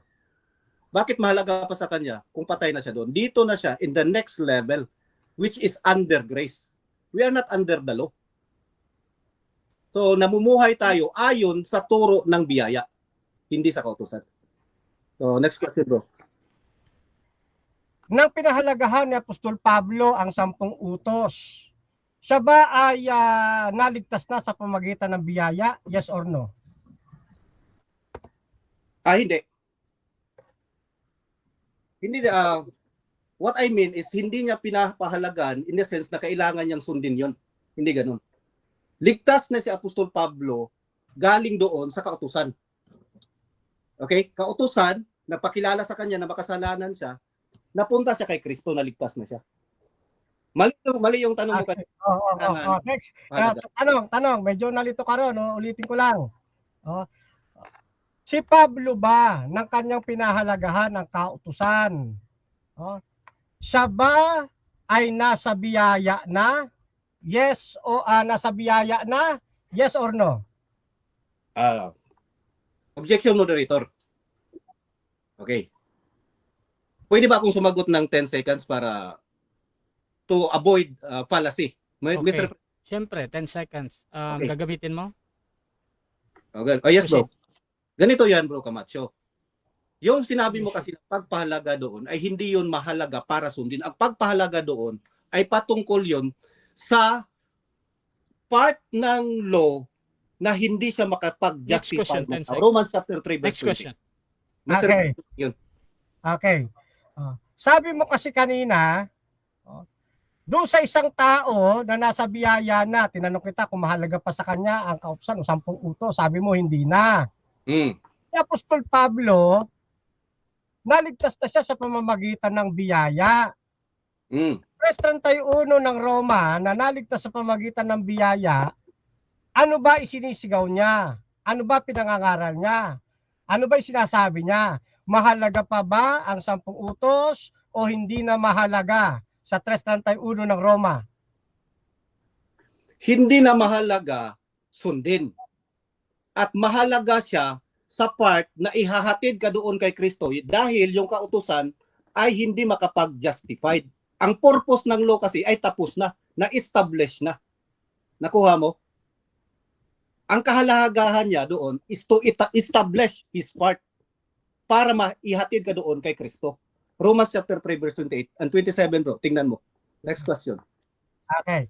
Tinatanggap mo ba yung 10 utos kautusan din ng ating Panginoong Kristo? Tinatanggap mo ba yun? Yes or no? No. Hindi. Kasi wala kang mabasa dyan na 10 utos. Kahit kay Apostol Pablo, wala kang mabasa dyan na sundin ang 10 utos ng mga ligtas. Otherwise, kapag kung may babasa ka, bahala ka dyan. Sige, pabasa mo. Okay. Kung yung 10 utos, kasi yun ang tumbok ng ating kung yung 10 utos ay hindi utos ng ating Panginoong Kristo, hindi niya utos ng Panginoong Kristo. Sino po ang nagbigay ng 10 Commandments doon sa bundok ng Sinai? Objection, moderator. Okay. Hindi po 10 utos ang pinag-uusapan namin dito. Balik tayo sa paksa kasi baka mapunta tayo Objection, doon Mr. sa Moderator. Okay, baka mapunta tayo doon. Okay, so ang objection Ang bundok dito. na yan. Okay, Balik so tayo sa Okay. So objection dito yung out of topic patungkol sa 10 utos na tanong. Camacho. tayo. Yes, hindi po out of topic yan. Yan po ay nasa paksa ng salvation by grace. Kasi pinatutunayan ko dito na sa panahon ng sanctification, kailangan ang grace at ang pagsunod bilang tanda ng pagpapakabanal at yan ang utos ng ating Panginoong Kristo. Okay, so ganito, basta out of topic kasi, lagi kong tinatanong yung nagtatanong kung ano ba yung dahilan bakit tinatanong mo yung 10 utos patungkol dito sa kaligtasan ng SDA sa pamamagitan ng biyaya. Yes, connected po yan sa 31 ng Roma.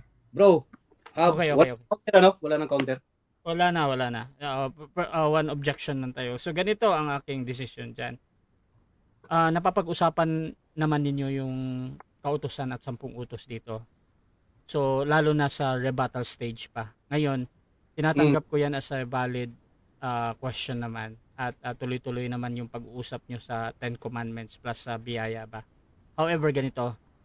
Pastor Jeramil, pwede mo naman gamitin ang 10 seconds mo kung talagang feeling mo lumalayo na tayo or kung ano man, pwede mong gamitin yun. Or talagang sasagutin mo bro kung sino daw yung nagbigay ng 10 utos doon sa bundok ng Sinai. Pastor Jeramil, gagamitin mo ba yung 10 seconds mo? Yes bro, Proceed, bro. gusto ko may balik doon sa paksa na biyaya. I'm sure. Kasi kapag sinabi kasi na biyaya, ay walang pagsunod na kautusan yan. Yun ang stand namin eh. Kasi kung sasabihin mo na kailangan ng pagsunod sa kautusan, italo ka na sa Next debate. question. Talo ka na. Okay. Huwag mo ipilit yan. 10 seconds. Next question. Ito na. Easy lang. Okay. Next question. Sabi mo kasi si Apostol Pablo, hindi mahalaga sa kanya ang hindi mahalaga pa sa mga tao nakatanggap ng biyaya ang pagsunod sa kautusan. Sa amin, bagamat kami naligtas sa pagitan ng biyaya, mahalaga sa amin ang kautusan. At yun ang tinututulan mo kanina. Sinasalungat mo yon, kinokontra mo. Kaya tanong ko sa iyo, yung bang 10 utos na sinusunod ni Pablo, dito kasi Roma 3:31,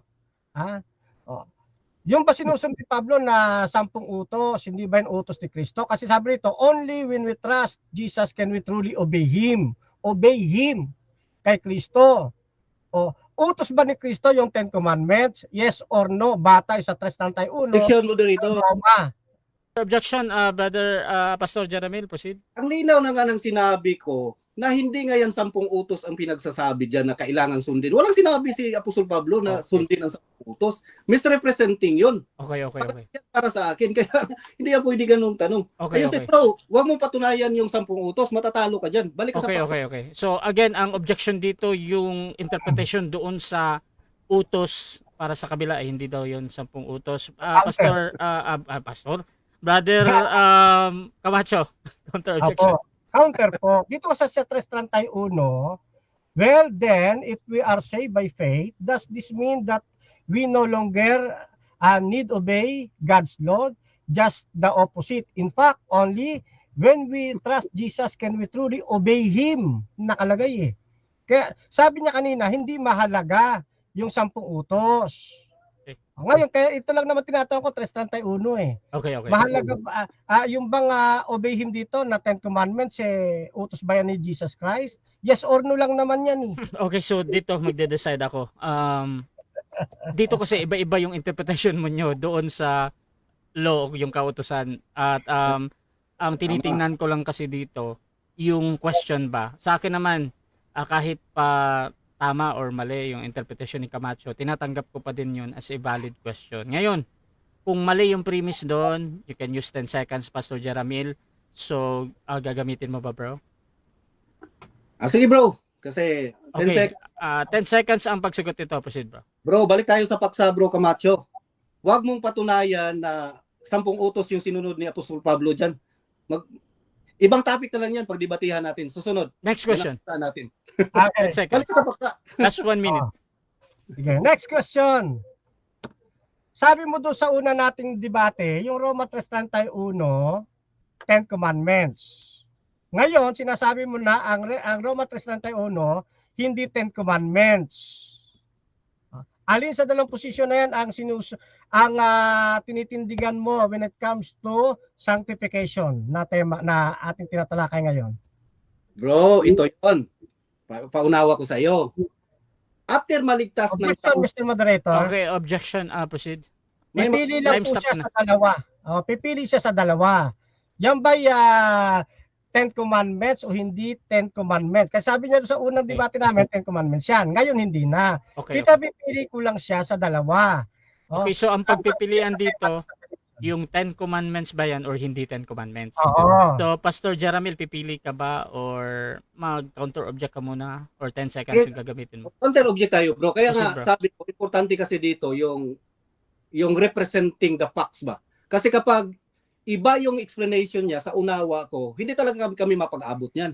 Kasi ang unawa ko diyan, yung matapos maligtas ang tao ay inalis na siya sa kautusan. Okay. Walang kautusan na kailangan sundin. Okay na, bro. Pero So ganito, bro. naghatid sa iyo kay Kristo. Wait lang, bro. Ganito, bro. Para Kami hindi ka na... mapag-abot ni Pastor Camacho, Jeramil, para ganito, siya bro. sa amin. Wait lang, bro. Kasi para hindi ka magpaliwanag dito ba. So ganito. Ang question kasi dito, Ang tinatanggap ko lang talaga yung kahit anong unawa nyo dyan ha, yung categorical lang talaga, yung pagpipilian. Ngayon, kung hindi ka makapili doon bro, pwede mong gamitin ulit yung 10 seconds. So, pipili ka ba na yung 10 commandments ba yun or hindi? Or yung 10 seconds bro? Pastor Jeremy. Ano ba yun? Hindi yun enough yung moderator clarification. Oo, Hindi sige. ba yun, Proceed. hindi ba yun enough yung objection ko? Kasi Mr. Presidente nga Oo, so ganito bro. Hindi kasi ako judge dito kung yung unawa ba ni Camacho yung tama or yung unawa mo dito. Pero ang question dito, yung tinitingnan ko lang, at valid naman yung question, even pa yung premise is mali or tama. Nasa audience naman yan. Okay. Pero ganito, ikaw naman yung sasagot dito, kaya meron tayong 10 seconds para kung merong something dun sa tanong, pwede mong gamitin. So gagamitin mo ba bro? Okay, sige bro. 10 Proceed seconds. bro, 10 seconds. Ganito yan Mr. Presidente nga bro, yung 10 utos matapos kang maligtas, ay hindi na yun. Walang sinabi si Paul na mahalaga na sundin yun. Pero yung kautusan ay naghatid Next question. sa iyo. So, 10 seconds. Hindi na Okay. sundin. So, sige, next question. Ngayon, iiwan na muna kita riyan. Ha? Pwede naman stay. Easy ka lang. Proceed lang. Next question. Bawal ang pikon. Ito tanong. Okay. Ito tanong. Saan sa doktrina ng Seventh-day Adventist, saan sa aming mga aklat, na Time. 7 minutes. Yan. Segundo na lang yun. So, Ayan. diyan nagtatapos mga kapatid ang ating second second stage ng ating debate. So, shoutout muna sa ating nasa live. Shoutout kay Reme Derecho, hindi niya talaga sinagot kung 10 utos o hindi. Shoutout din kay Reg Amar, kung yun, wala. Teka ha. Dito ako sa kabila. Samuel Patalin Hug, sabi niya ang biyaya ay binigay ng Diyos wait lang ha. Nahihirapan ako kasi ang bilis ng comment para makasunod ang tao sa kautusan ng Diyos. Ang nais ni Pastor ay gamitin ang biyaya ng Diyos para magpatuloy sa paggawa ng kasalanan. Shoutout din kay Erwin de la Cruz, ang nangyari na ngayon pinatutunayan na ni Camacho na kailangan sundin ang 10 utos sa kaligtasan. Shoutout din mga kapatid dito kay Rage Amar, kung wala kang utusan sundin, pwede ka nang mag-rape, magnakaw, magbabakirada. Shoutout mga kapatid kay Noriel Gabasa, mga katulad mong labagero, suportado ka Amlon. Shoutout din kay Mark Anthony Guevara, hindi na nga makasagot Shoutout din mga kapatid kay Ernst Bretanola, hindi si Kristo ang nagbigay ng kautusan dahil hindi naman siya ang asawa ng iglesia sa panahon na iyan, kundi ang ama. Anong basehan nyo? Dahil ba sinabi ni Kristo na siya si ako nga? Mali bro. Shoutout din mga kapatid kay Edwel Ortaleza, sa panahon ng Kristiyano, wala ng Hudyo o Hintil. MJ Apologea, hindi makapuntos. Shoutout din kay Reniel Marcelo, parang nauutal na yung Amlon. Shoutout din kay Bien Relampagos, wag kang aamin Amlon. Shoutout din mga kapatid dito kay Aldrin Calosa, wala na taon na si Pastor Amlon. At dito din tayo kay Edwel Katibog, yun, huli na si Amlon, naiwas sa tanong, hindi pala utos ng Diyos ang 10 commandments. Ay, kanino kayang utos yan? Shoutout din kay Hispik, Camacho, Mr. Liar. Jason Donaire, ang kaligtasan ay isang biyaya at ang mabubuting gawa ay gantimpala. So mga kapatid, tuloy-tuloy tayo dito sa final conclusion at mauna na dito si Pastor Jeremy. 5 minutes ito bilang negatibo mga kapatid sa ating topic na ang kaparaanan ng kaligtasan ng SDA ay sa pamamagitan ng biyaya. Bilang negative, Pastor Jeremy, your time start now. Okay. Mga kaibigan natin, Bro Camacho at sa mga SDA, ibalik ko kayo ulit sa paksa. Patutunayan ni Bro Camacho na ang kaligtasan, kaparaanan ng kaligtasan ng SDA ay sa pamamagitan ng biyaya. Ang nangyari tuloy dito ngayon, gusto niyang idiin sa akin na kailangang sundin ang 10 utos. Nako naman, kaya nga, sabi ko, bakit tinanong to ni Bro Camacho? Nakalimutan niya yata yung paksa. So, dinidiin niya yung sarili niya, binagsak niya yung sarili niya, na ang pagsunod sa kautusan ay kailangan para maligtas. Nako! So, ang nangyari ngayon, ganito. Sana makita to ni Ruben Nankilada at saka ni Leonard. May trupa na sila dito. Si Bro Camacho, si Westlake, sila ay mga mainstream yun, SDA.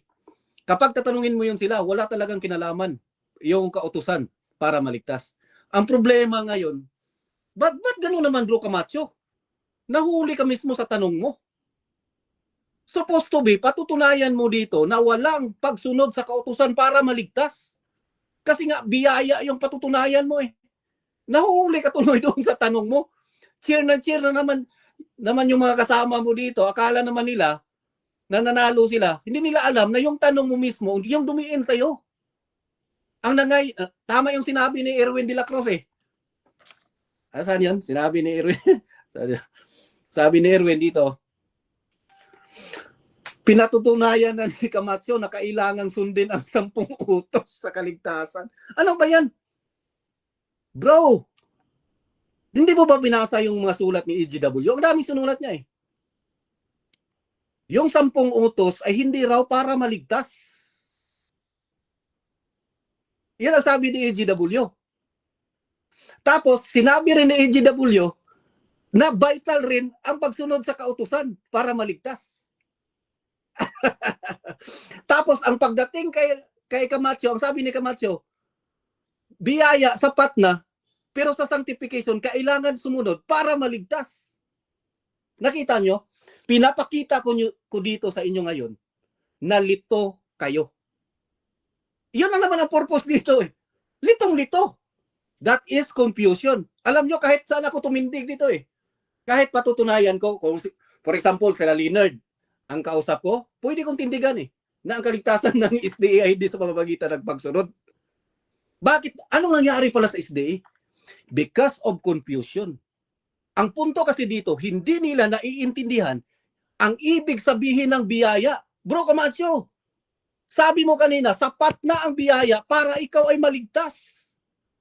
Pero ngayon, kailangan palang sundin ang 10 utos. Hindi yan biyaya, bro.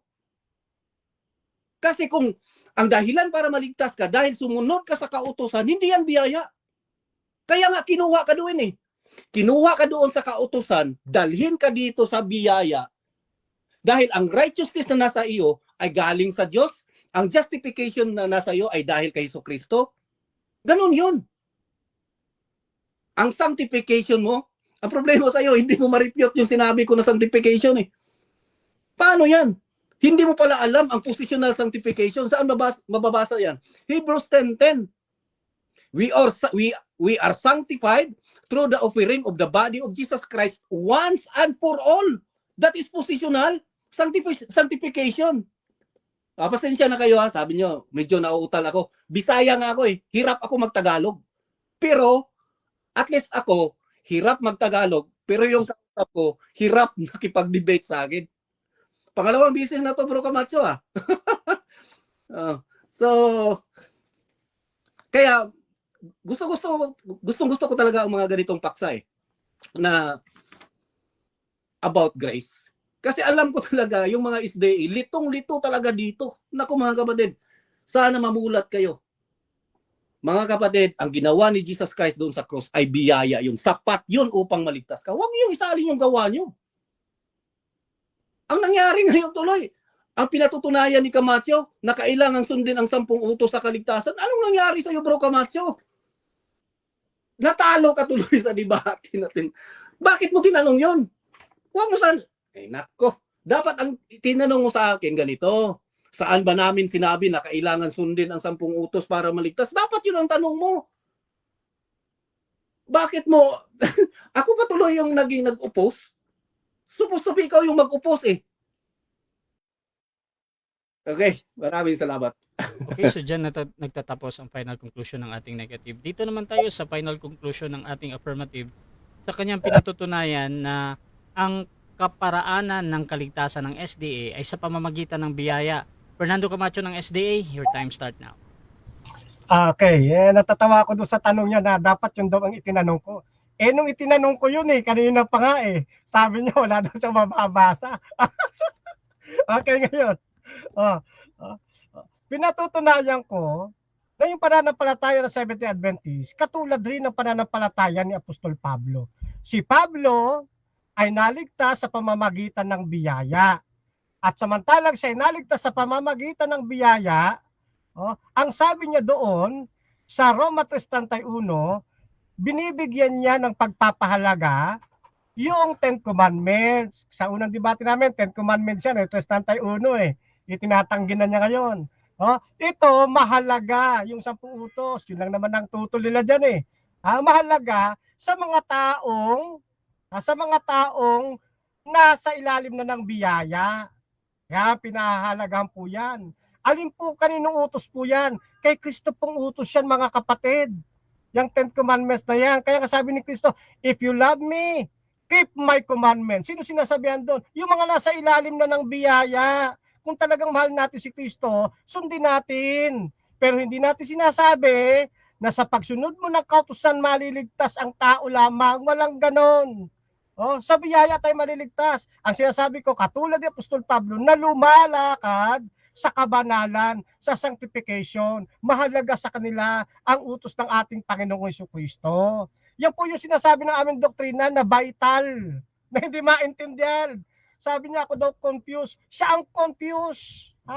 Tapos yung sinasabi niya na hindi raw natin ma-refute yung kanyang sinasabi na sa sanctification. Ano po? Yun po, termino lang yun, mga kapatid. Ng mga evangelicals na iba. Pero ang totoo niyan, yan din ay naka-insert sa justification. Naka-insert sa justification. Yung position na sanctification nila. Theological concept lang yan Sino gumawa? Yung ibang mga scholar. Pero sa Biblia, mga kapatid, pasok yan sa justification. At kumuha lang sila ng konti sa sanctification. Ang tunay diyan na sa sanctification, yung sinabi ni Apostol Pablo na tinututulan niya. Sinabi niya kay Santiago, sinabi niya dito sa Roma. Kaya mahalaga para sa amin yan, vital nga ibig sabihin vital, mahalaga. Ngayon, walang pinag-iba yan doon sa isang talata ng Juan. Sa 3:36. Ganito ang sabi sa atin. 3:36 ng Juan. Dito ko lang huhugutin sa Biblia. Dito ko hugutin 3:36 ng Juan. Ano sabi? 36. Kasi mahalaga ito, mga kapatid Ito, paglakad na to sa sanctification, ang sumasampalataya sa anak ay may buhay na walang hanggan. Ito yung salvation by grace. Ngunit, ang hindi tumatalima sa anak, hindi makakakita ng buhay, kundi ang put ng Diyos ang sumasa kanya. Pagdating sa sanctification, nakasama ng justification, kailangan mo lumakad sa kabanalan. Kasi kung hindi ka lalakad sa kabanalan, baka sa halip na grasya, abuti mo, disgrasya. Ngayon, meron siyang term na ginamit sa kanya, kumakain daw ng baboy. Hindi naman yung tanong niya kumakain Ang tanong niya, nakakain. Magkaiba yung kumakain sa nakakain. Maraming mga mananampalatayang Adventist, hindi nila sinasadya na makakain ng baboy dala ng mga pagsubok. Ako nga, naranasan ko yan sa kapatid Anong nangyari? Yung kapatid, palibasa, yung kanyang mga magulang, hindi pa Adventist. Sinabuyan ng sabaw ng baboy yung kanin niya. Nakita ko, nakakain siya. Pero hindi ibig sabihin, hindi na siya maliligtas. Yun yung, magkaiba yung kumakain sa makakain.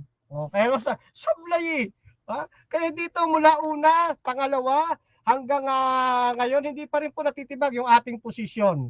Ano po? Yan. Pinatutunayan lang natin sa justification, hindi mo kailangan ng pagsunod sa kautusan. kailangan mo pananampalataya, biyaya. Pagdating sa sanctification, ang kailangan mo pa rin si Kristo para masunod mo ang kanyang utos. Kaya nga doon sa vital, sa vital na binasa niya kanina, pinutol niya yung huli. Andun yung susi. Masusunod mo yung Ten Commandments through Christ. Ano ba ibig sabihin nun? Biyaya pa rin ang ating Panginoon. Okay. Okay, so dyan nagtatapos mga kapatid ang ating debate between Seventh-day Adventist and GOLD mga kapatid. So before natin end yung ating live, syempre gusto ko munang magpasalamat kayo sa ating mga audience, sa lahat ng 616 na nag-comment mga kapatid, at dito din sa ating mga tropa na nasa loob, at syempre sa makakapanood pa nito sa ating mga magre-review. Unahin natin si Brother Camacho. Bro, salamat lang. Yes, lubos tayo nagpapasalamat sa atin pong Panginoong Diyos sapagkat napangyari itong pag-uusap na ito, at alam ko na marami ang nakapanood at makakapanood nito para maging bahagi ng kanilang patuloy na pagsusuri sa banal na kasulatan. Salamat kay Pastor Amlon at sa lahat ng mga viewers, sa lahat ng mga comment dyan sa comment section. Laban man sa akin o pabor, kayo po'y aking pinasasalamatan. At syempre kay kapatid na Russia Vista, at maging dito sa Debaters Convention platform with Russia Vista platform combination. Maraming po salamat sa inyo. At ngayon ay muli ko kayong pinagkakatiwala, iniiwan sa mapagmahal na kamay ng ating pong Panginoong Diyos. Hasta la vista! Viva el Señor! Viva Adventista del Septimo Dia! Chokbok! Hamnida sa inyo lahat mga kapatid. Miss pa po. Magandang gabi. Okay, at syempre Pastor Jeramil, pasalamat din bro. Okay, maraming salamat po sa mga nakikinig. Salamat din po sa kay Bro Camacho. Salamat din po sa lahat ng andito sa loob ng room. At saka kay Bro Russia sa ating moderator. At maraming salamat po sa mga sumusuporta. Salamat din po sa mga kasamahan ko na mga Grace Defender. Salamat din po sa mga OSAS believers. At salamat din po sa mga kaibigan nating SDA. Actually, kaibigan ko din yung iba dyan. Pero mas marami dyan kalaban ko. At saka maraming salamat sa lahat. At sana makatulog kayo ng maayos. Okay, kasi ako sa tingin ko masarap ang tulog ko eh. Sige, maraming salamat. Okay, so Russia TV gusto din magpasalamat sa lahat ng sumusuporta at laging naniniwala pa din sa ating pagmoderate. At kung gusto niyo sumali sa ganitong gawain, pwede kayo mag-comment mag-PM sa akin or maghamon man sa dalawang ito. Nandito si Fernando Camacho ng SDA mga kapatid. At dito din si Pastor Jeramil. Actually, ako yung nag-set din ng kanilang debate mga kapatid. So dito din mga kapatid, maraming salamat din sa syempre Debaters Convention sa laging paggamit sa kanilang GC sa pangunguna ni Pastor Francis mga kapatid, at saka ni Brother Albert Hinkel mga kapatid. Kasama na din natin yung lahat ng debatista dito kasi lahat ng pumapasok sa Debaters Convention talagang debatista to. So si Ventilador, co-founder ng Patripasyanism, nandito din ang ating legendary na debater Jumong mga kapatid ng JW. Nandito din si Mark Umbaw ng Oneness mga kapatid, Pentecost, Oneness Born Again, sa ding debater. Nandito din yung ating isa sa reyna ng debatista mga kapatid, Maricel Moncada ng JW, kakapasok lang. At Brother Riowel Celebran mga kapatid ng Seventh-day Adventist, nakadebate ko na din to. Ayan. Brother Rene Santos mga kapatid ng Born Again si Rene, no? Ayan. Pastor Valeriano Polanco ng End Time Church, at Edwell Hortaleza, isa ding debater ng SDA mga kapatid. At pwede nyo, please subscribe yung ating YouTube channel Russia TV, at paki-follow na din ako sa aking Facebook mga kapatid. At yun, maraming salamat. This is Admin Russia ng Russia TV, and we're out.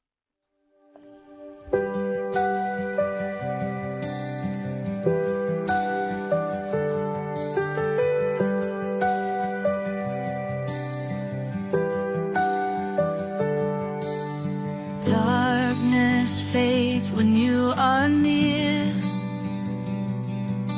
Your light breaks through our deepest fear.